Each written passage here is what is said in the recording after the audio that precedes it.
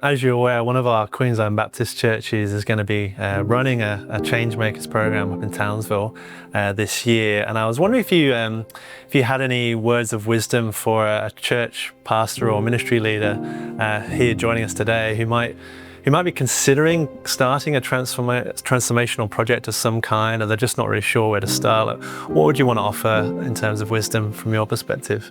Yeah, so I love the Changemakers program. We've done lots of them now. They're a kind of incubation program. So they're incubating the ideas for change that people come with, but they start with, where have you been? What have you experienced? What are your strengths? And then you start to think about the why. Why do we want to make a difference? What is at the centre of that? And then we start to discern what's the right kind of methods and then the right kind of support that we need. And so the process is a beautiful process. It starts, I think, for local ministers and Christians thinking about who is in our community that has some potential. The role, it's Brené Brown that says, a leader is anyone who sees potential in people and processes and has the courage to take responsibility to see that potential released. And I think anyone can actually be that kind of leader. And Changemakers is set up to make it easy for you. Can you nominate an emerging leader?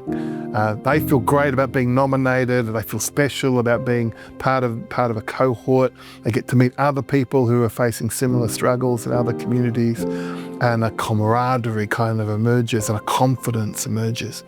And when they pitch their idea at the end, it's not quite Dragon's Den or what's it called, Shark Tank, but it is a resource panel who can give cash or connections or coaching or constructive comments that'll help that work. Now, part of the challenge for Changemakers, it doesn't work by itself alone. You need to have a flourishing local seedbed that is really taking seriously the ecosystem in a neighbourhood. And so what you don't want people to do is kind of come through this experience, pitch their idea, and there's no support, there's no appreciation of what people have. So those are the things I'd be saying. Can we develop a proper local seedbed that will help the flourishing of the whole community? And can we nominate a number of people? It's best not to have an individual by themselves, but to come with people. And we're all up for pastors coming with them and going through the process themselves as well.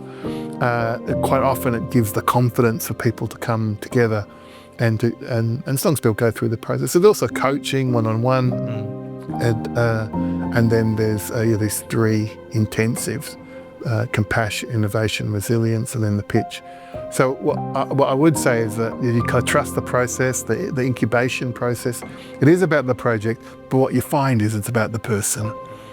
And they get to, this self-awareness happens, these connections with other people happen, this confidence emerges, and that's such a springboard into seeing change happen.